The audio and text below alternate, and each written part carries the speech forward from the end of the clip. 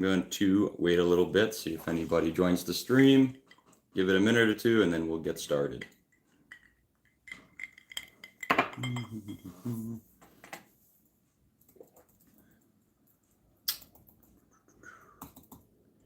Nobody. We will give it one more minute, and if not, we'll just start anyways. Oilers take on the Blackhawks at 8 o'clock today. It is January 28th, 2023. This is the third episode of Stuartforreal Real Talk Live. First time I'm doing it by myself, so we'll see. We'll see how it goes. See if I continue to do this or not. I hope that I do. We'll give it a couple more seconds.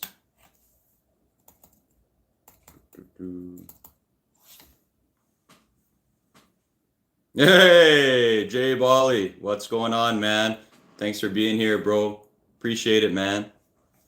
Can always rely on you, man. Oh, we got a couple more joiners.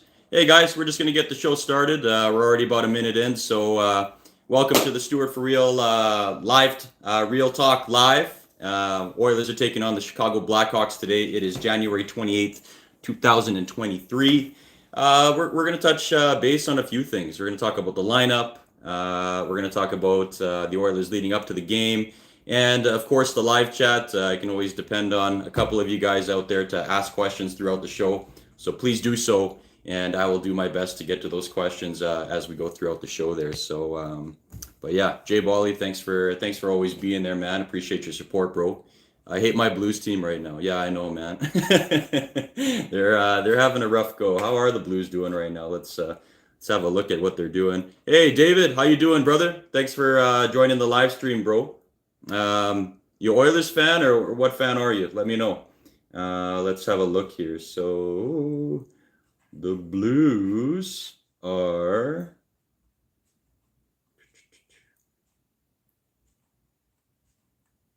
Sorry, I'm just checking. Oh, wild card. I keep getting confused with these standings, man. You can never really get used to it. St. Louis right now, they're sitting with 49 points.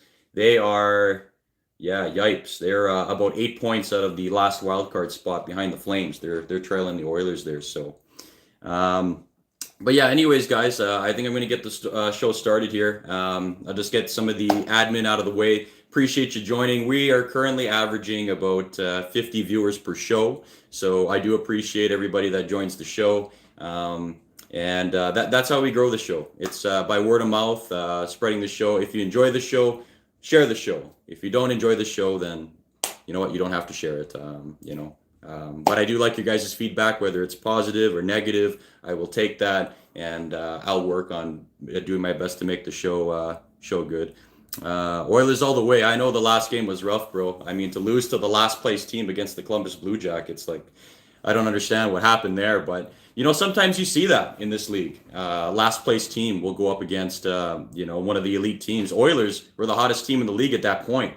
6 wins in a row, along with the, I think it was the Avalanche and, of course, the Boston Bruins. These guys are just elite at this point right now. So, but as I was saying, guys, this channel's been growing in about less than 3 months. We're already sitting halfway to 1,000 subscribers. So I do appreciate your guys' support. Jay Bally, I did check out your community. That's something I'm going to have to learn. I think I do qualify for that now, so I'm going to have to check that out. So appreciate all your support and all your good advice, man. Make sure you keep up the good work too.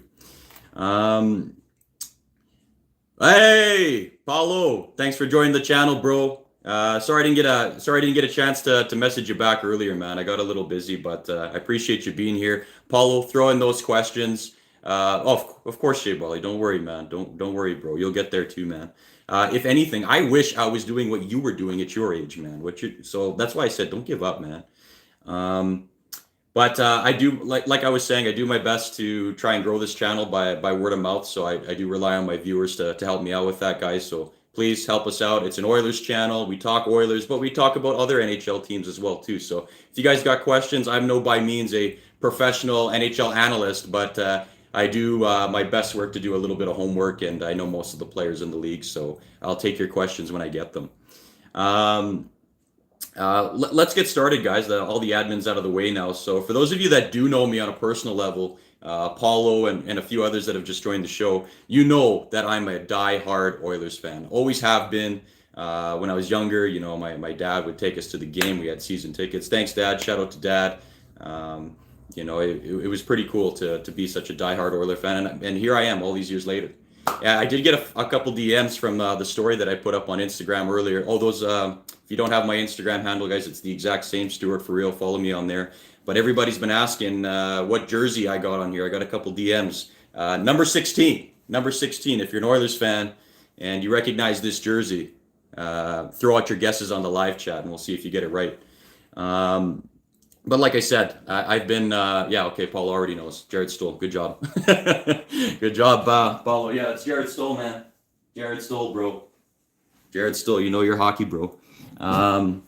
But, I've done my best to create Oilers hockey content, but I've realized, this is not about me. It's about the fans. It's about the viewers of what they want to see. And I figured everybody, rather than just the Oilers community, people want to see hockey content. So if you get a chance to check out my YouTube shorts, if you haven't already, please do so. One of the videos is almost at 500,000 views. That video was based on the controversy on the onside call in the playoffs, the Oilers taking on the Colorado Avalanche.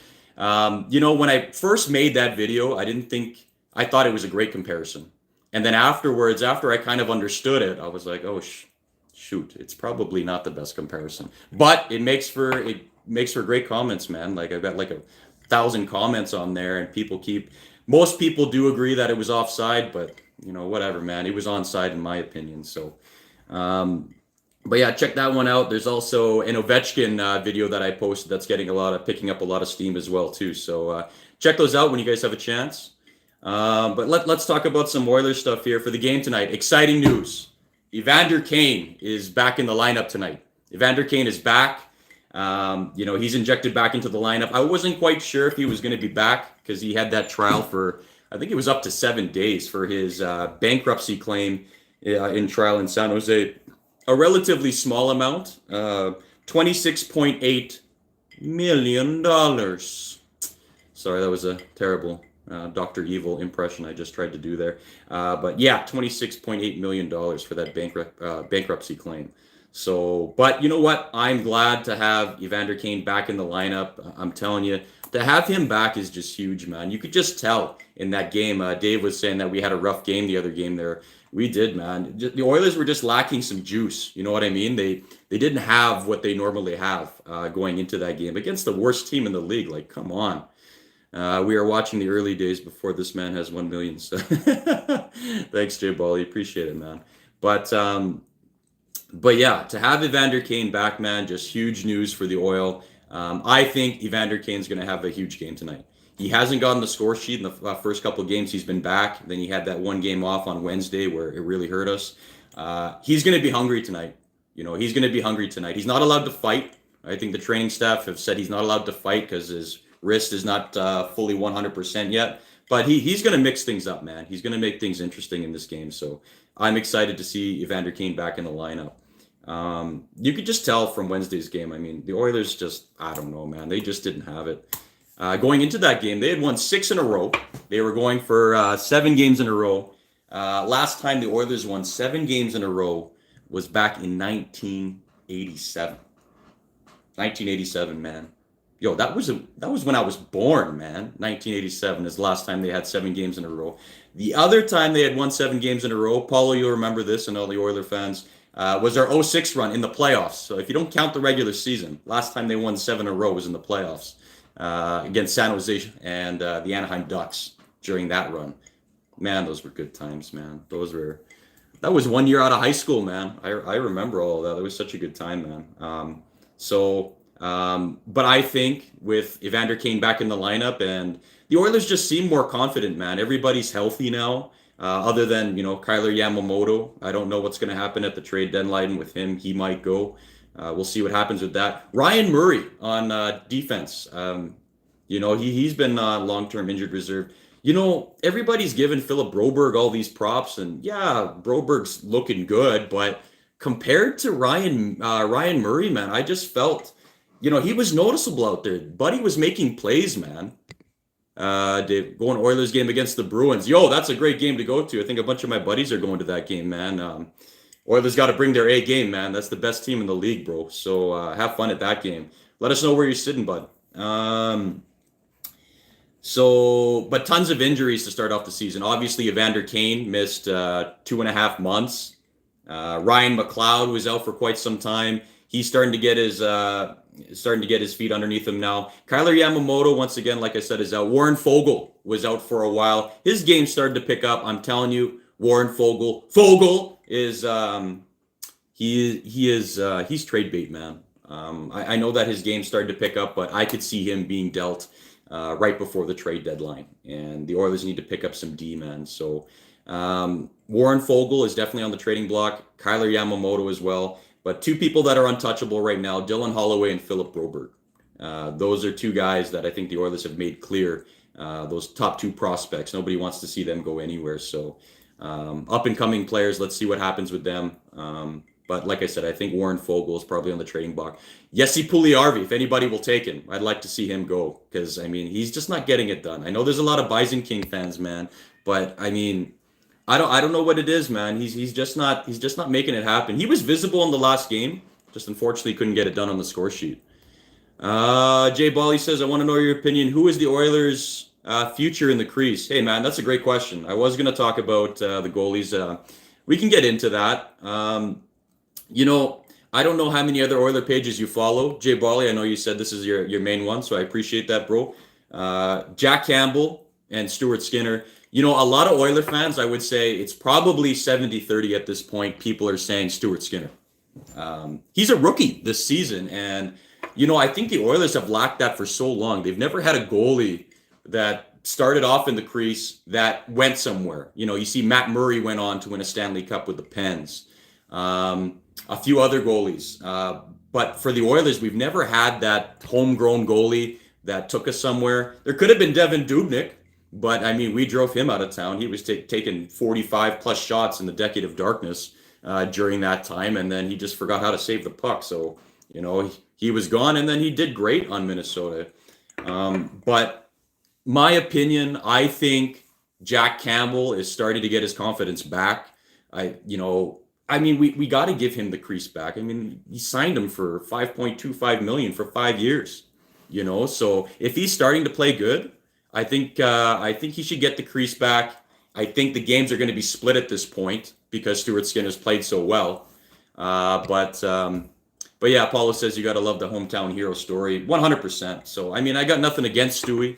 I'm happy to see him in the All-Star game, but I just think Jack Campbell will regain his full confidence and kind of take the reins for the next little bit. And then Stuart Skinner is the future of that crease afterwards.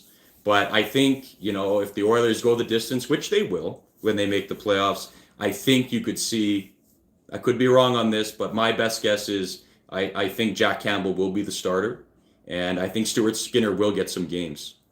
Like Fernando Pisani. Remember those days, 06, man. Fernando Pisani. You know what? I kind of wish I had his jersey. I don't know why. Paula, let me tell you about this story, this Jared Stoll jersey. I got this jersey when I was at a game, and I was like, man, there's no good players here. There's no one I could pick from, anybody that was left. And I don't know, for some reason, I decided to grab Jared Stoll. So anyways, it wasn't a terrible player. Everybody remembers Jared Stoll, but yeah, that's one of the jerseys I got. But yeah, Jay Bolly, to answer your question, Stewie is the future for sure, but I think Jack Campbell is going to finish out the season as the main starter, in my opinion. That's what I think is going to happen. So, and that being said, with all those injuries that the Oilers had, it gave a chance for the Oilers to really develop their depth and bring up a couple of guys from Bakersfield as well too. Everybody remembers Matthias Janmark. We picked him up in the offseason from Vegas, and he didn't make the team. Oilers sent him down. They sent him down to Bakersfield to work on his game because, he wasn't up to snuff. He wasn't getting it done. And with all the injuries that went down about a quarter through the season, Janmark got his chance to come up. And then he developed some solid chemistry with the Nuge, Ryan Nugent-Hopkins, who's freaking on fire, having his best season of his career right now. And you might be familiar with this other guy right now, the real Klim Shady, Klim Kostin. Everybody's been talking about that guy. So everybody knows who that guy is. Fifth in goals on the Oilers, Klim Kostin. And he didn't even start the full season with the Oilers. He wasn't even a starter for the St. Louis Blues. Jay Bally knows. We talked about this on the last show. So he's been a huge pickup for the Oilers. I mean, if you're a solid Oilers fan, you know the biggest complaint has been the depth scoring. But these guys, Klim Kostin, Matthias Janmark, Ryan McLeod starting to score. Yamamoto, if he's not injured, he's productive out there. But the depth scoring is there. Zach Hyman, what a huge pickup for the Oilers. He's getting a lot of love here. Oh yeah, absolutely he is, man.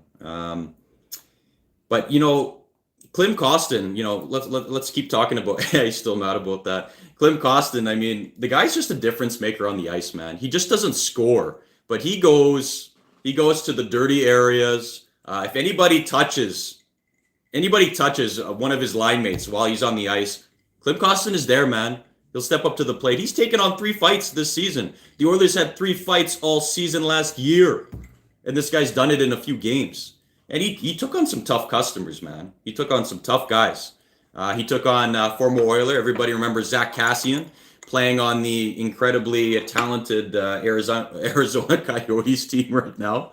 I'm being sarcastic. They're not a very good team. I think everybody knows that. But Zach Kassian, tough customer. We miss him, man. We miss him. He was great during the playoffs for us a couple of years ago.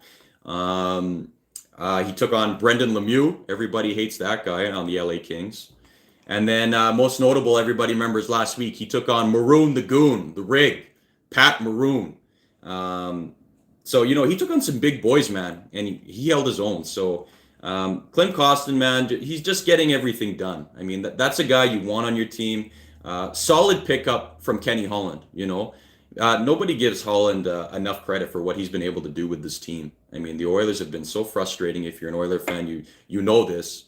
To have so much talent on the team and just figure out what the hell is going on. He's been able to pick up a couple good pieces for us, and I think the Oilers are going to make a solid run for it. The confidence is there. Obviously, I think they're going to check themselves after that last game on Wednesday losing against the last place team in the league in that close game. So now they are going against the second last place team in the league, the Chicago Blackhawks.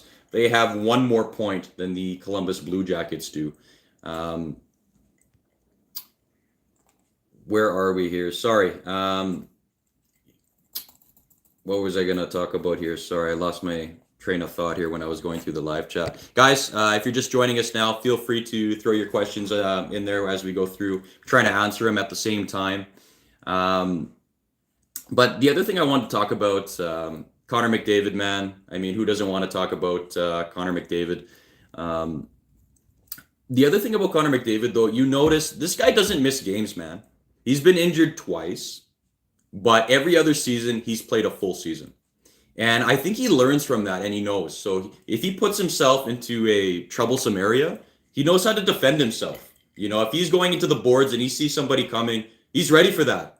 He's going to make you pay if you're going to try and hit him into the boards. He's ready for it. So those are small little plays that you pick up from McDavid's play, and that's how he's able to stay relevant and stay in the game and be able to play consistently and put up the numbers. And because, let's be honest, the Oilers need him, man. Woody did turn it around. Woody turned it around for the Oilers for sure, working with that depth. You're right, Paulo. Arizona Coyotes Arena looks like the mini hockey rinks I made in my kitchen when I was 7. You know what? I haven't seen the new arena. I just remember they were on that. They were on the road for like a month or something like that, the longest in history. So I haven't seen that new arena. But yeah, I just remember that must have been rough for them. People want to compare McDavid with Nathan MacKinnon, and maybe more Colorado fans or American fans saying Nathan MacKinnon's better. I mean, come on, guys, get real. I mean, it's just not possible. That guy, and the comparison I was making with McDavid only being injured twice and playing a full season for all the other seasons he's been in the league, 6 or 7 seasons now. Nathan MacKinnon's only played 2 full seasons. 2. He's always injured, man. He's already missed 13 games this season. The guy's injury prone, man. I'm not trying to take away from his skill and his talent, his speed. He's an elite player. But if you're trying to compare him to McDavid. I mean, apples and oranges, guys. It's just, yeah, I don't see it. But yeah, that's just my take on that. I was going to talk about the Oilers again. Their goaltending. We talked about Jack Campbell and Stuart Skinner. Stuart Skinner, guys, going to the All-Star game. Woohoo! You got to love the hometown boy being able to join the All-Star game there. But Stuart Skinner, hometown boy, man. I'll be honest, guys. I didn't think Stuart Skinner was going to be in the All-Star game. When people were saying that, I was like, no, I don't think so. But the fans voted. The people spoke. I think Edmonton Oilers fans maybe voted 2 or 3 times over to make sure he got in the game. But hey, those are the rules, and they got him in the game. And I think, that gave Stewie an extra boost of confidence. I was upset, though, in the Columbus game. I thought he should have had that goal, man. I thought he should have had that goal in overtime. He got a piece of it, but not enough. But I'm super happy for him to be able to be in the All-Star game. First rookie All-Star goalie for the Oilers to make the All-Star game, to my knowledge. So, huge boost of confidence for him. Speaking of which, going into the All-Star break, this is the Oilers' last game before the All-Star break. Then they're going to be on a 9-day break. They're not going to play until the following Tuesday on the 7th. And that's going to be up against the Detroit Red Wings, who are also not doing very well this season, which is kind of normal. Currently 7 points out of a wild card spot, held currently by the Pittsburgh Penguins. Interesting stat that I found here that I'm going to tell you guys right now. If I were to tell you Sidney Crosby, Ryan Nugent-Hopkins has the same amount of points as Sidney Crosby this season. They're both tied with 58 points for 11th in the league right now. So that's how good Nuge is doing right now. Not to take anything away from Sidney Crosby. I mean, geez. I mean, the guy is still, I would say the greatest, but McDavid's taken over. I'm sorry. I know he hasn't won a cup. That's the big argument. But he's going to, guys. He's going to. So for the American fans that are joining, McDavid will get there. He will win a cup. He will hoist the cup with the Edmonton Oilers. He's not going to get tired.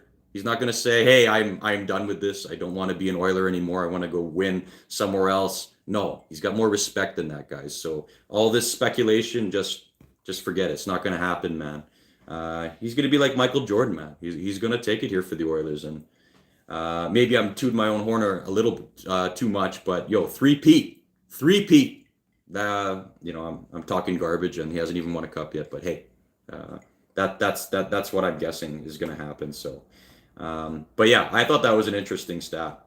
But Stewie is going to the All-Star game, joined by 2 other fellow Oilers. I think you maybe heard of them. First one, he's being joined by the German Gretzky, Laser Leon. That's my nickname for him. The best passer in the game, second in the league in scoring with 73 points on the year, Mr. Leon Draisaitl. Leon Draisaitl had to be voted into the All-Star game. That's the only thing I thought was silly. Like, how can the guy who's second in the league in scoring, right behind Connor McDavid with 73 points, have to be voted in? He wasn't chosen.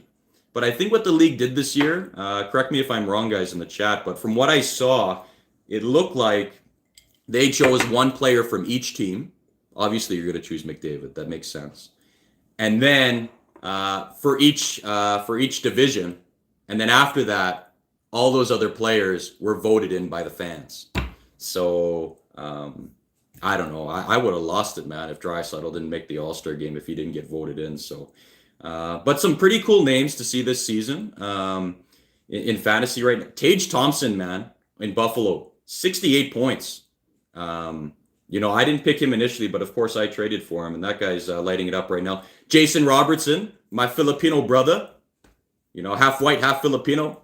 You know what I'm saying? Jason Robertson. That's my cousin, man. No, I'm just kidding. I wish he was my cousin. 66 points right now. He's lighting it up for the Dallas Stars. I knew he was going to have a career year, so I was glad that I picked him in my pool. And the other, not surprising name, I knew he was on the up and coming, and I've watched a few of the Devils games. Jack Hughes, man. Jack Hughes, 64 points. This guy's feeling it right now, man. He's quick on the ice. And the other one, Erik Karlsson, man. Erik Karlsson kind of disappeared, and when I was on Teal Talk a couple weeks ago, I was talking about Erik Karlsson. I was wondering how his play elevated so much because I thought, his prime was past him, to be honest. But as soon as they dealt Brent Burns to the Hurricanes, all of a sudden Erik Karlsson is, I mean, he's the top leading scoring defenseman in the league, and he is 1, 2, 3, 4, 5, 6, 7, 8, tied for 8th in the league in scoring. So great on Erik Karlsson, and then he's followed right behind Mikko Radinen on the Colorado Avalanche. So. But yeah, guys, so Leon Draisaitl joining, and of course, everybody knows who's joining them. Also, scoring leader in the league, 40 goals, 89 points. He is the chosen one, Connor McDavid. Everybody knows he's going to be in the All-Star game. So 3 Oilers in the All-Star game. I can't remember the last time that ever happened. Maybe back in the Dynasty years with Wayne Gretzky, Mark Messier, Jari Kurri, and those boys. But that's a first. I don't know if that's being talked about enough. I can't remember the last time the Oilers had 3 players in the All-Star game. So good for them this year, man. And good for Stewie. Good for Stewie, man. The stash helped. Yeah, so I don't know if you guys are familiar with Stuart Skinner, the American fans, but Stuart Skinner's got that beauty stash, man. He gets noticed for that mustache, man. It's probably the best mustache in the league. So I want to talk a little bit about some predictions for the upcoming game here. On this show, we always do a couple of predictions to see what's going to happen in the game. Throw your predictions out there, guys. Let me know what you think. I got a little cocky last pregame show. The Oilers are going up against the last place team, and I thought the Oilers were going to demolish the Blue Jackets. To be honest, I predicted that Connor McJeezy would get a hat trick in that game. I was wrong. He did get a goal, but I did predict Derek Ryan would get a goal, and he did. He scored the first goal of the game. So he's got a scoring streak at home. Seven goals, all have been at home. So I think he's feeling it. He's really benefiting from Jay Woodcroft's 11-7 lineup. Speaking of which, if Jay Woodcroft decides to do 11-7 tonight, I'm not sure if he's going back to that. If he does, somebody's got to come out of the lineup. I don't think it's going to be Matthias Janmark because Evander Kane is back, right? So I don't think he's going to pull out Matthias Janmark. It's either Warren Fogle or it's going to be Jesse Puljujärvi, one of those two. And if he does decide to go back to the traditional 12-6, then someone on defense is going to be out. But Vinny Desharnais, I don't think they're going to take him out of the lineup. So I don't know. It'll be interesting to see what Jay Woodcroft goes with tonight. I'm not quite sure what that is. Jay Bally calling 4-1 Oilers tonight. Okay. But yeah, like I said, the Oilers are going up the Chicago Blackhawks tonight. Second worst team in the NHL right now. Only 34 points at the bottom of the Western Conference. But some players to watch out for on the Chicago Blackhawks tonight, guys. Ty Domi's son, Max Domi. That guy has lit us up every single game that we've played this season. I think last game he had 3 or 4 points against us. So Max Domi, a very talented player. Honestly, I look at the Chicago Blackhawks roster and I don't understand. I was like, I don't think they look that bad, but their record definitely indicates that they're bad. So goaltending has been an issue there. And, Jonathan Toews is just not the same player that he was before. There was talk about trade speculation for him and Patrick Kane happening. So who knows? Do I think the Oilers need to pick up another forward like that? No. I think we need core defense is what we need. You know what?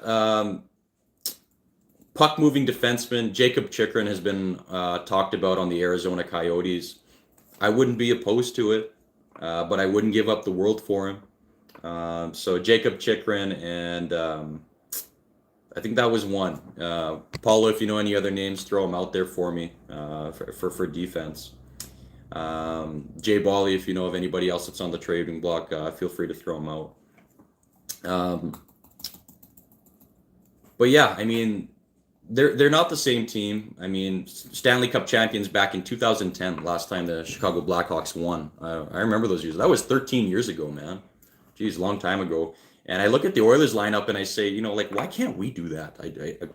I think that we can this year, guys. I think this is the year. I really do. I really do think this is the year that we could make it happen. They're going to come out firing tonight, and I'm telling you, it's going to be led by Evander Kane. He will get on the score sheet tonight. Evander Kane, Derek Ryan, and Nugent Hopkins will have a big game tonight as well too. And you know what? I'm going to throw in Broberg. Broberg's got to get a goal, man. I think Philip Broberg will get a chance to bury one, and I think he'll make that happen tonight. So if I'm right, I'll definitely repost that on my Instagram there. But yeah, the Oilers, it's a big game for them tonight before the All-Star break.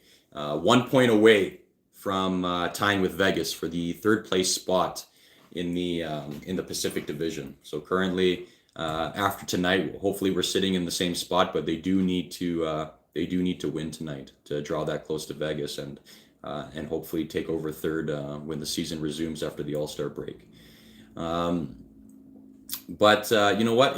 Once the Oilers get in the playoffs, I'm hoping for some retribution, guys. I'm not satisfied with that sweep, as any Oilers fan would be, going against Colorado. So I think the Oilers, they're going to get retribution. Is it going to happen against the Avalanche? I don't know. Would I love to see it? Hell yes.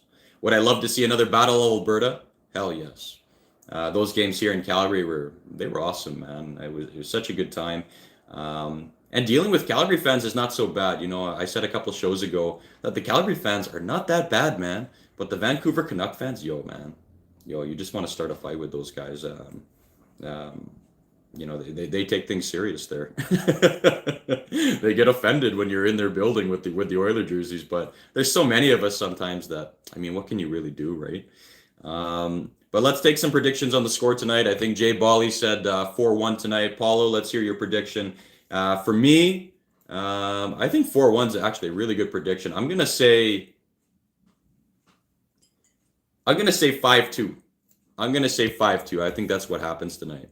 Paulo says, what do you think it is with afternoon games on the weekend and why they usually don't go our way?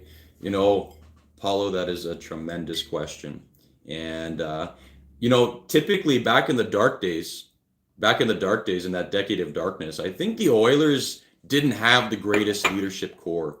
I remember seeing Taylor Hall and Jordan Eberle and those guys. I remember I would see them at the ranch. They had this little taped off area where the Oilers would stand, and they're just out partying. I don't think you're going to catch McDavid out there. He got in trouble that one time, that stupid guy that caught him on Twitter and posted it like, yo, man, that's not cool, man. Connor's just trying to live like everybody else. So, but to answer your question, Paulo, I'm not sure what it is. Oilers have just had really bad luck with that, man. It's definitely something they need to get better at. But afternoon games have never gone our way. I think we won the one matinee game this year in the afternoon, but I'm not sure what it is. I would say, like, I don't think they're out partying like they used to. I think it's just a bit of bad luck, man. I don't know what it is. And the other thing that's happening tonight, guys, that ugly third alternate jersey that the Oilers released this season. They have not won a single game in that jersey this season. Today's the final day they wear that jersey. So, man, they better win, man. But their streak with that jersey it's not good, man. Maybe because it's ugly. I don't know. I hate that jersey, man. I don't know what they were thinking when they made that jersey, but yeah, man. I think that's about it, guys. That's all I really had for the show today. It's about half an hour in, guys. Those of you that are joining us now, thanks for joining the show, guys. We've been in for about half an hour. We went over a couple of things. If anybody's got any other questions, feel free to throw them out. Otherwise, I'm looking to wrap up the show. Paulo, designed by Todd McFarlane, right? Yeah, I think so. Well, the original third jersey was by Todd McFarlane, and then the Oilers got lazy and they just decided to put an orange drop on that one. And I don't know. People are like, I love this jersey. I'm like, no, you don't. No, you don't. It's terrible looking jersey. I don't know what they were thinking. I personally like this one. The copper. Why don't they bring this back? This was the coolest jersey ever, man, especially in that 06 Cup run. Like, I think this is the jersey they should bring back, in my opinion, man. Those were good times, and I think it's the coolest looking jersey. So, but Jay Bally, I don't know if you're still with us, or Dave, or whoever else is on there. I'm probably going to look at closing the show out so everybody can get ready, grab your drink before the show. Always think of Hemsky and Horkoff. Yeah, I know, man. Hemsky and Horkoff, those were good years, man. Horkoff, when he was named captain, I felt like he fell off a little bit, but he was a leader for the group. And, one guy who definitely deserved to be captain of the Oilers when I didn't think much of it at all was Jason Smith, man. Gator. I didn't realize how vocal he was on the ice.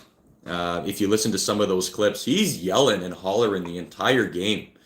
Jay Bolly's gonna go grab his orange juice. Oh yeah, that's right. I usually close out this show with a drink, guys. So if you don't have your drink yet, help yourself right now and join the live chat, guys. If you got something to say there, I'd love for you guys to be on the live chat because it gives me an opportunity to connect with you guys. So and answer your questions as well too. And like I said, guys. Best way to communicate with me is through my Instagram. Keep sending me those DMs. Any questions you got, we'll discuss it and talk about it on the show. But yeah, that's typically the best way to get a hold of me. I'd recommend my email, but on YouTube I just get too many emails for all the notifications. So I would say Instagram DM is probably the best option. So Jay Bally went to go get his orange juice and apple juice shots. Thanks, buddy. Paulo, Dave, whoever else is on the stream joining us, cheers. Apple juice and orange juice shots always hit hard. I bet, buddy. Thanks for doing this, man. Thanks to everybody for joining the show. Once again, guys, thank you so much for your support. I really do appreciate it. And like I said, if you enjoy the show, share the show. If you didn't like the show, don't share it. I'm okay with that. But if you have any criticism, whether it's positive or negative, please feel free to share that with me as well too, as I'm doing my best to try and grow this show and make it as good as it can be.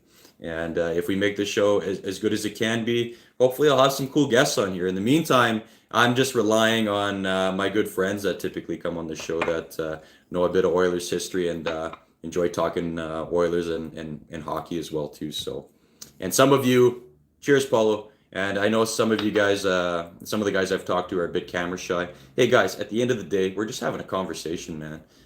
We may be talking to a few people on here, but it just takes practice. That's all you got to do, guys. So anyways, appreciate you guys coming on the show. There's Vegeta right there. This is, sorry, Jay Barley, this is not apple juice or orange juice. This is an actual alcoholic shot. So, all right, cheers, guys. Thanks for being on the show. And hey, let's go Oilers. Thank you, guys. Stuartforreal signing off. See you later.